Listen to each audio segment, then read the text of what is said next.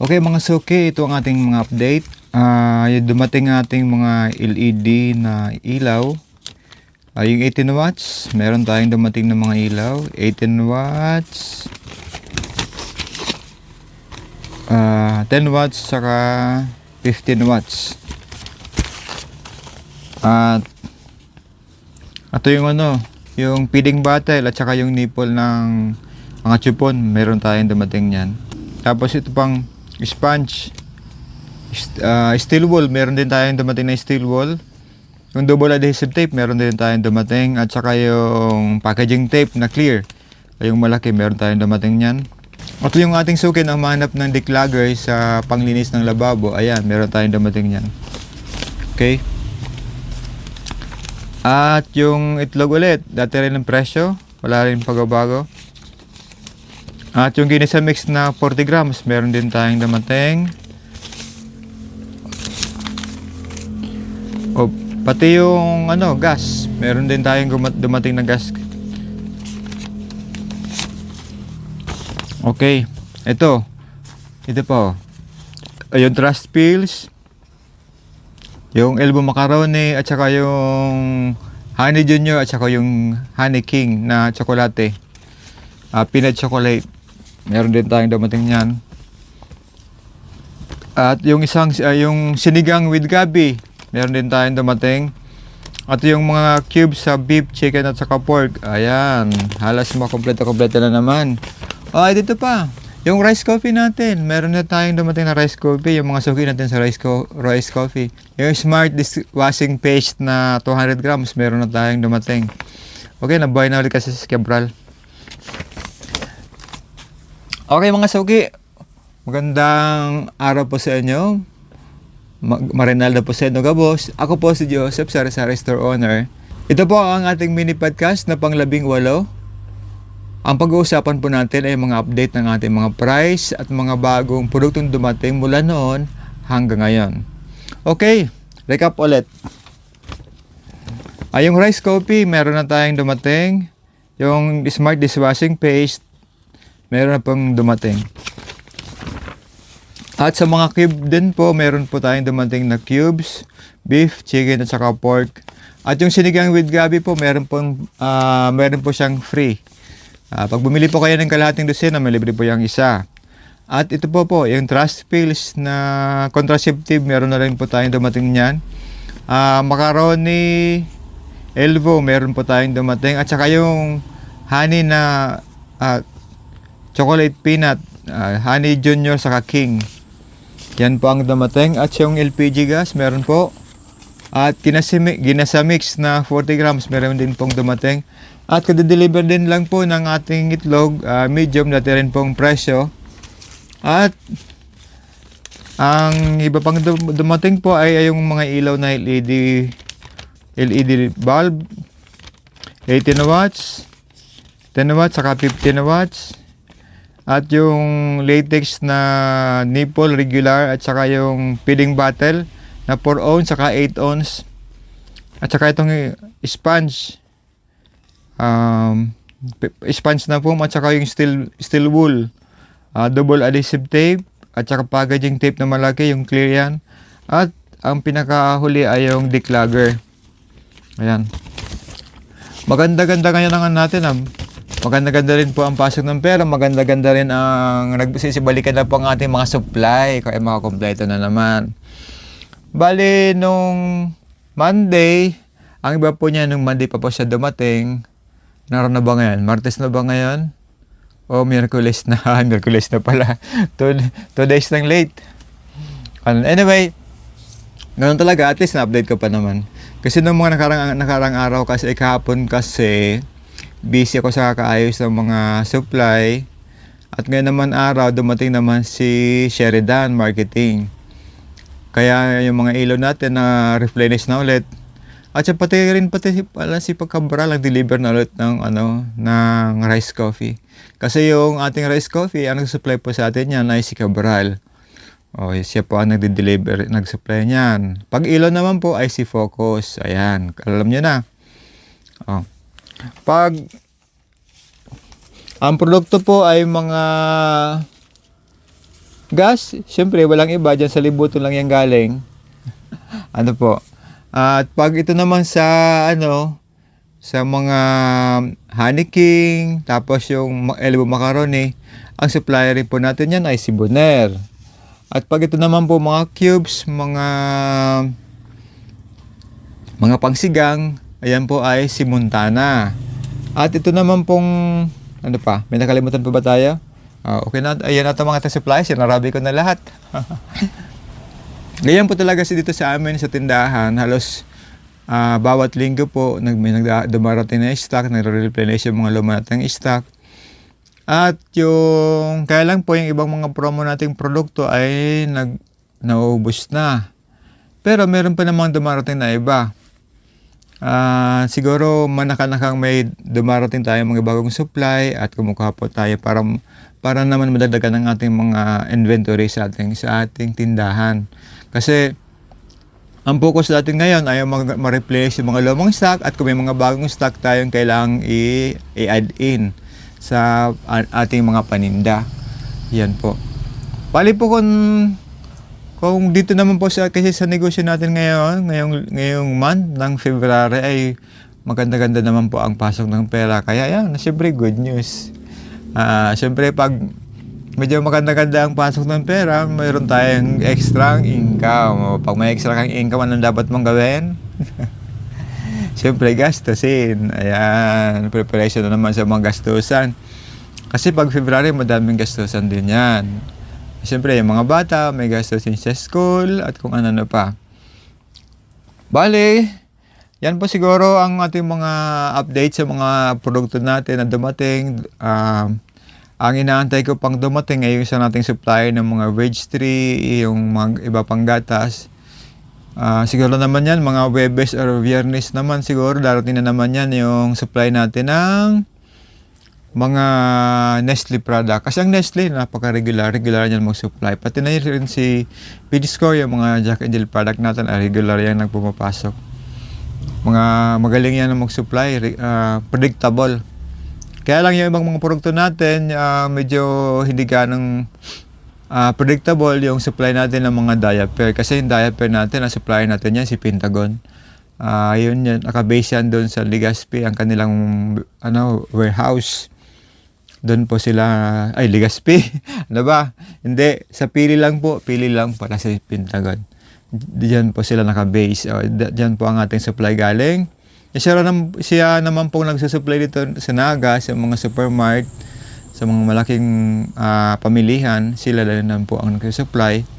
Kaya po ang ating pong presyo, lalo na po pag sa mga diaper product, Nestle product, halos po nakakasabay din tayo kapares doon sa sentro. Yan po ang ating advantage, di ba? Direct tayo doon sa mga distributor. Kasi pag ang produkto mo ay galing pa doon sa mga supermarket, natitinda pa rin natin dito, ang mangyayari po niyan, wala na sa ating bibili kasi ang presyo natin ay magiging na siyang pong mataas. Yan po ang ating mga advantage doon sa mga Kaya lang po, siyempre, over time, kailangan din naman ulit natin magplano. Ano ba na yung mga produkto na may mga dagdag kita. Palagi tayong after dun sa may mga produkto na may mga dagdag kita kasi halimbawa, yung sa mga kape na lang natin, sa kape, sa gatas, o let's say, yung Bearbrand natin, hindi pa rin naubos yung yung nakabundle na may less 30, pati yung Birch Tree, meron pa rin yung less 30. Pati na nga yung Birch Tree ay hindi nawawala ng 10 plus 1. O yung Birch Tree Choco natin, naka-sales pa rin. Palagi siyang may 7 plus 1, bali mas bababa ang presyo niyan. Pero ang sawak natin, wala na po yung promo nila. Pero ang ating pong Nescafe na 3-in-1, yung twin pack, meron pa rin po less 20 pesos po. Yung latte at saka yung creamy white, less po siya ng 20 pesos per bundle. At dito naman po sa ating mga sabon, meron pong darating tayong bagong stock. Sana pag dumating na po yung produkto natin galing kay Pentagon, yung sa mga wings, ng supply natin ng mga wings, at sa mga diaper. Yung kanila pong produkto ay mas dumami daw po yung laman ng mga sachet, di ba? Pero same price pa rin.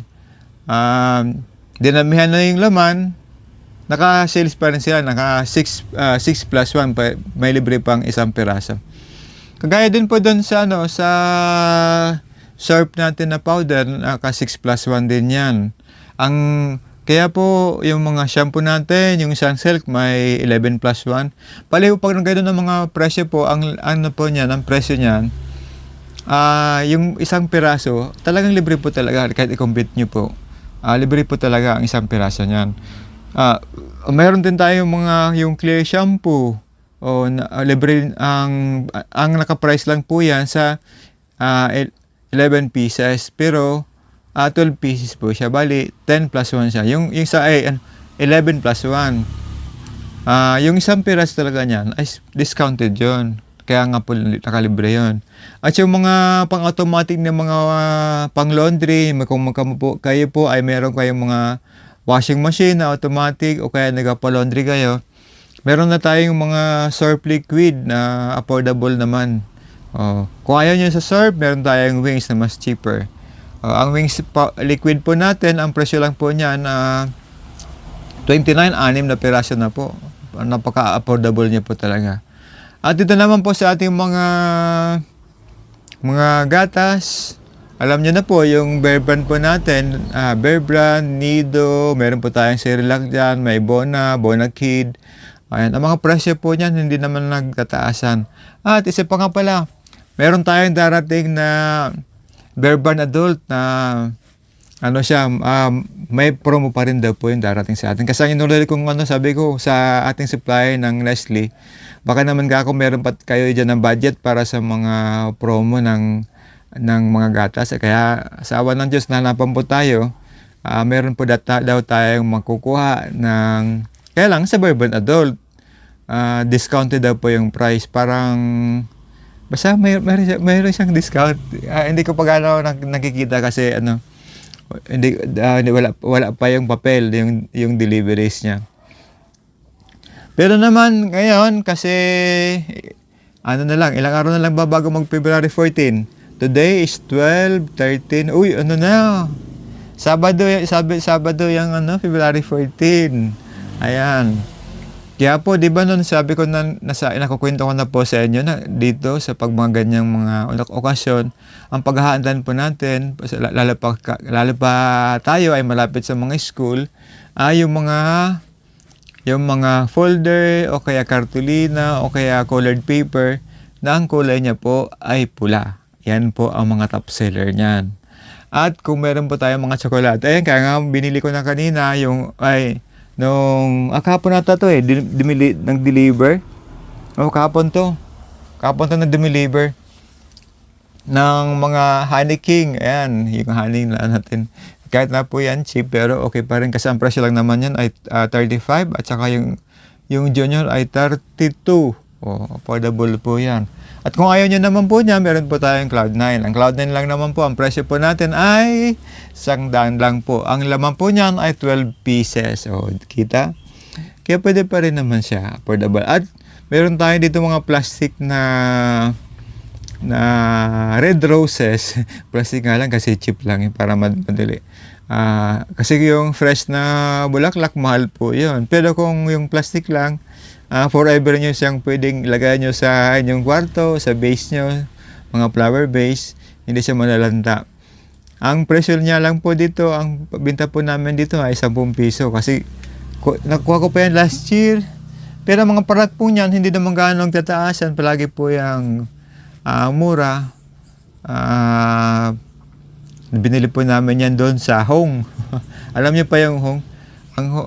Yung Hong na supermart doon sa sentro. Doon natin yan nabili. Pero last year pa yon.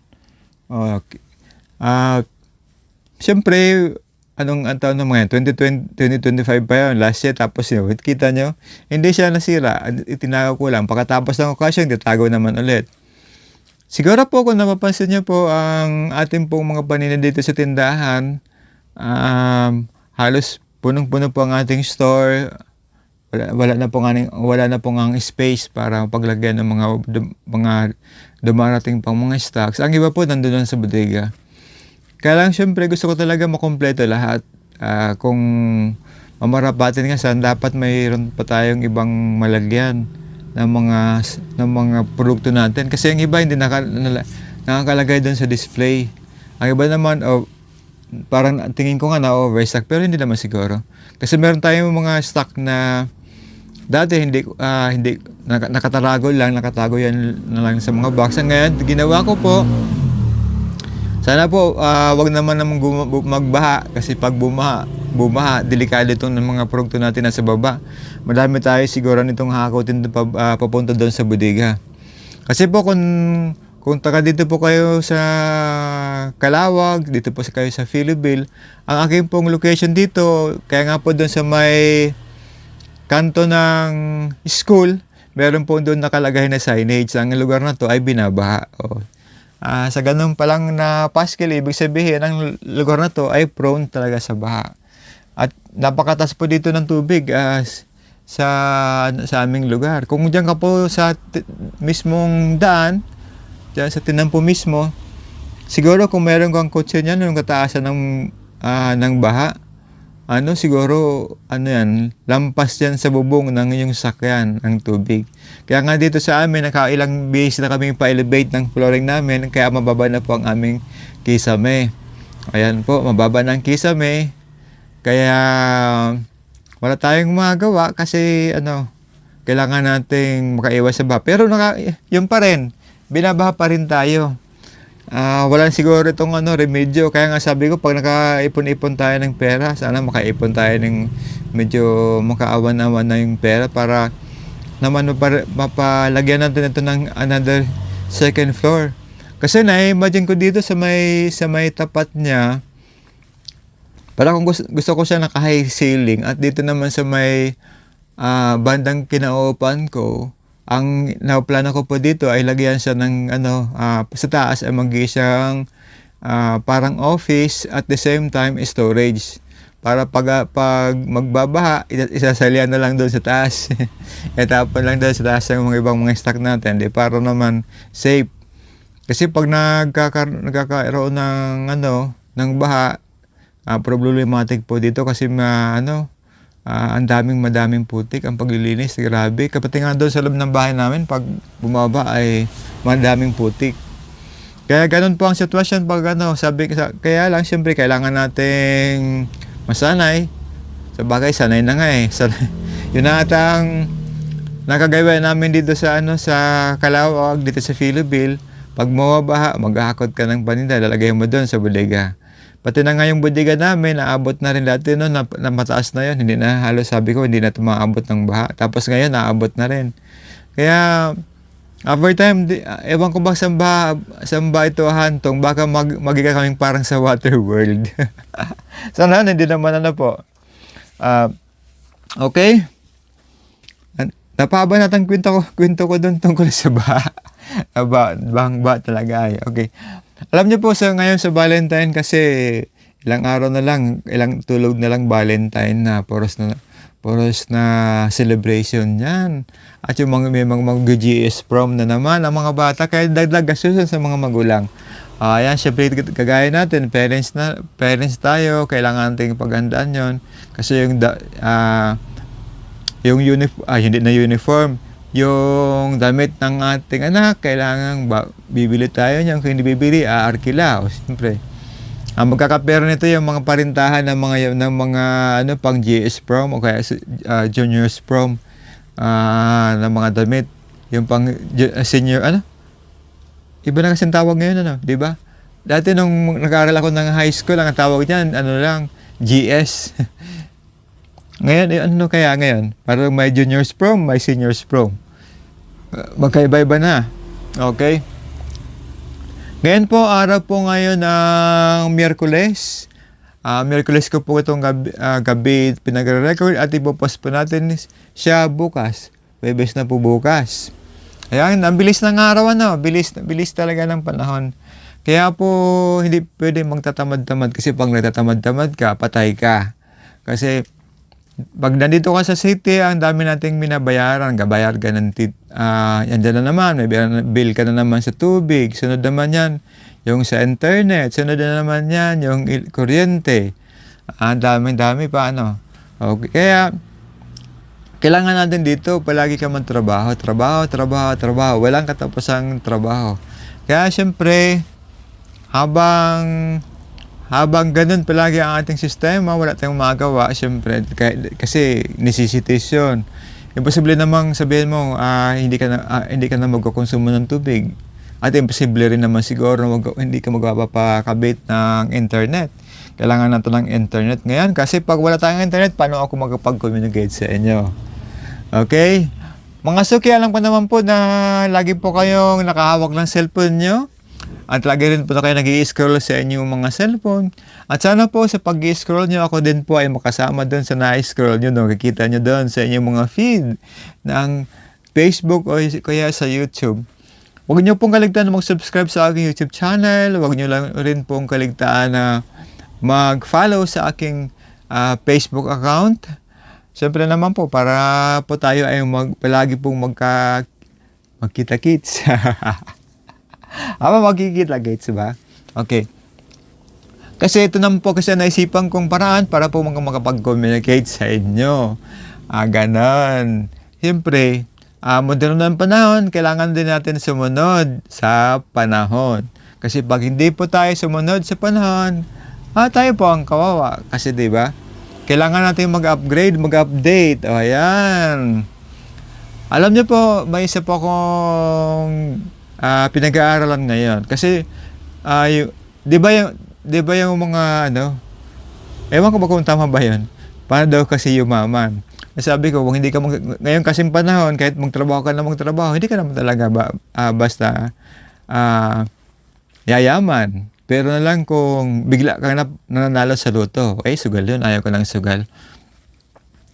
Pero ang naisipan ko, sa ibang bansa may nakikita ko ng mga nag-i-invest sila sa mga stocks. Ang iba naman nag-invest sila sa para yun ng commercial na siguro may nakakita na naman siguro sa inyo ng mga commercial about doon sa isang kainan, di ba? Mas maganda siguro na hindi lang ikaw ay kumakain ka lang sa fast food chain o kaya sa Jollibee o sa McDonald's o kung ano pa mga fast food chain na nakikita natin dito sa sentro. Mas maigi siguro kung bibili tayo doon, parang a bits of shares na bibili ka ng mga stocks. Parang yun ang gusto kong pasukan kasi halimbawa, bibili ka ng share doon sa parang halimbawa, kasi di ba kapag pumupunta ka sa mga restaurant, di ba, ikaw gumagastos ka, anong tawag doon? Ikaw consumer. Tapos naman, yung nagsisilbi naman sa mga customer, ang tawag doon ay services. Service crew. O yung may-ari yung may-ari ng company. Yung mga stockholder, di siyempre, sana magi tayong part ng ganon. Pero naman kasi nakita ko doon sa, pwede ka naman pala mag-placement ng ganon. Paunti-unti, instead na ilalagay mo doon sa regular savings. Sana hindi maging mahirap ang natin kasi parang considering na considering na ganito, yung ilalagay mo doon na pera, parang instead ilalagay mo siya sa regular savings, placement mo siya, parang consider it as expense. Naisip ko nga mag-replacement ng, let's say, mga 1,000 pesos a month for 14 years or until mag-senior. Kasi parang gusto ko doon ilagay sa share na mag-invest ng paunti-unti sa buwan-buwan. Kahit paano, para naman meron naman tayong mapuntahan ang ating pinaghihirapan. Sabi nga, siyempre, kung magikang parte ng isang kumpanya, na magikang part ng mga stockholder nun, parang ikaw na rin ang isa sa mga may-ari nun, di ba? Nangangarap ng gising. Nakita ko kasi yun dun sa mga ano, sa, ano, yung pinapanood kong, ano, mga podcast. Nainggan niya ako dun sa araw ko, kagaya ng mga kwento nun. Kasi hindi mo nga naman makukuha, yung ang sabing pag-save lang ng, halimbawa mag-save ka lang sa bangko, napakakalit naman ng interest. Kung papasok ka naman sa real estate, medyo, di ba yung sa mga investment mo sa bahay, siguro kung papaarkilan mo yung ano, yung bahay, positive yun. Pero kung titirahan mo man lang, tapos gagastusan mo ng sobra-sobra, sayang ng pera. Patay na pera yon. O parang kung magbibili ka ng sakyan, kung ang sakyan na yun, ang gagamitin mo lang pang service, tapos wala na siyang ibang purpose, yung sasakyan na yun, magiging siyang expenses. Pero kung ginamit mo siyang pang-deliver, nagiging siyang positive outcome yun. At kung dito naman sa akin naman, ang naisipan kong gawa ng makapagtago ulit ng pera ay dun sa sa parang hindi ko pa kasi ganong natutunan yan. Yung bibili ka ng stocks, yun ang pinagkakaabalan ko naman. Sana matuto ko nun. Kasi mag-replacement tayo diba, bibili ka ng share ng Jollibee, McDonald's, parang ganun. Yung shares, bibili ka pa ng pautay-utay, pakaunti-unti ng placement. Okay? Hindi ko pa gaano kabisado yun. Baka sabihin nyo na intuit na tayo. Wala pa. Pinag-aaralan ko pa lang ng paunti-unti. Okay? O sige mga Soki, siguro andyan na po siguro magtatapos mo ng ating mini podcast. Ito po ay panglabing 8 na po tayo. Nakapalang 18 na tayo. Alam niyo po, yung mga una ko pong video siguro na napansin niyo naman po.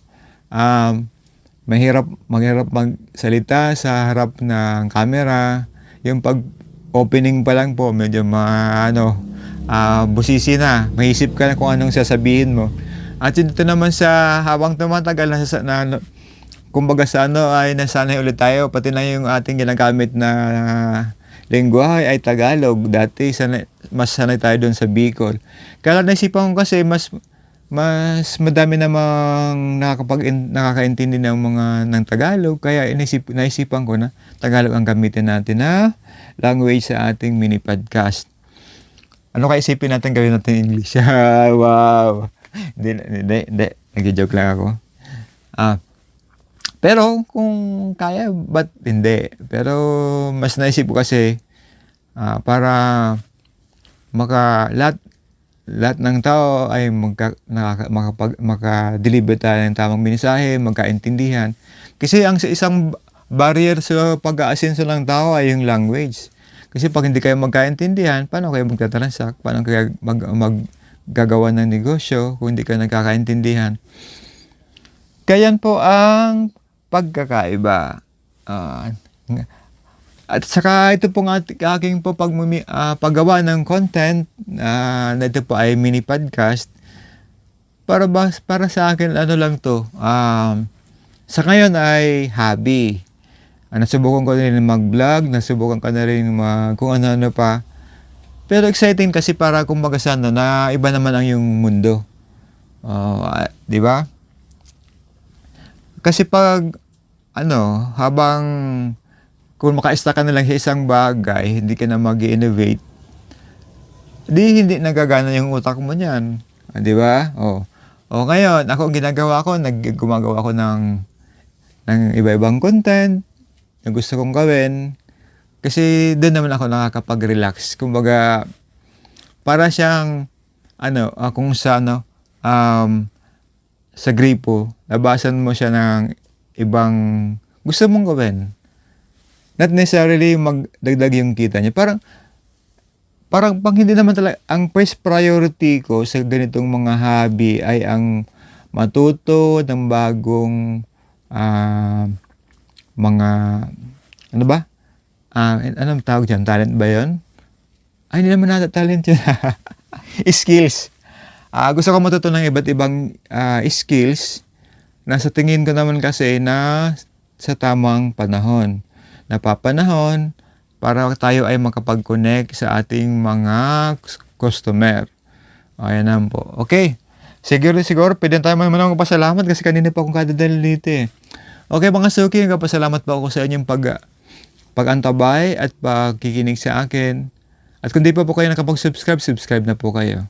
At yung pasalamat ko rin po sa mga nagpapatronize ng ating sari-sari store. Diyan po sa, sabihin ko ulit. Alam mo ko sa mga customer ko dito ay halos nakikilala ko na sila lahat sa mukha kasi araw-araw sila bumabalik sa akin. Sana po yung hindi pa po sa akin nakakapunta, hindi po sa amin nakakabili, dala po kayo sa aming tindahan. Madali niyo po kami mapuntahan. Ang aming pong location po ay dito lang po kami sa harap ng Calawag Elementary School. In between lang po ng gate. Ayan. Pagpupunta kayo ng Barangay Hall. Malapit lang po kami. At sana po mag-drop by po kayo sa amin at gusto rin ko rin po kayong mapaglingkuran.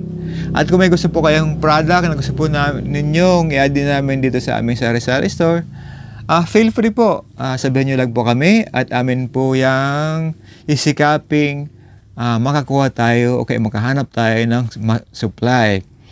At kung kung yung namang nag-aantabay sa akin sa YouTube o kaya sa Facebook, kung ayaw nyo pong sabihin sa akin ng in person, pwede nyo naman pong i-comment na lang po. Ano po? O sige po, comment nyo na lang po dun sa baba ng aking post. Kung ano po ang gusto nyo pang gawin natin o kaya pag-usapan po natin sa ating mini podcast. Alam ko naman kasi na ang iba nating mga suki, nag-aabang na rin sa atin at sa totoo lang po ay nagugustuhan ko po ang ginagawa ko araw-araw na to.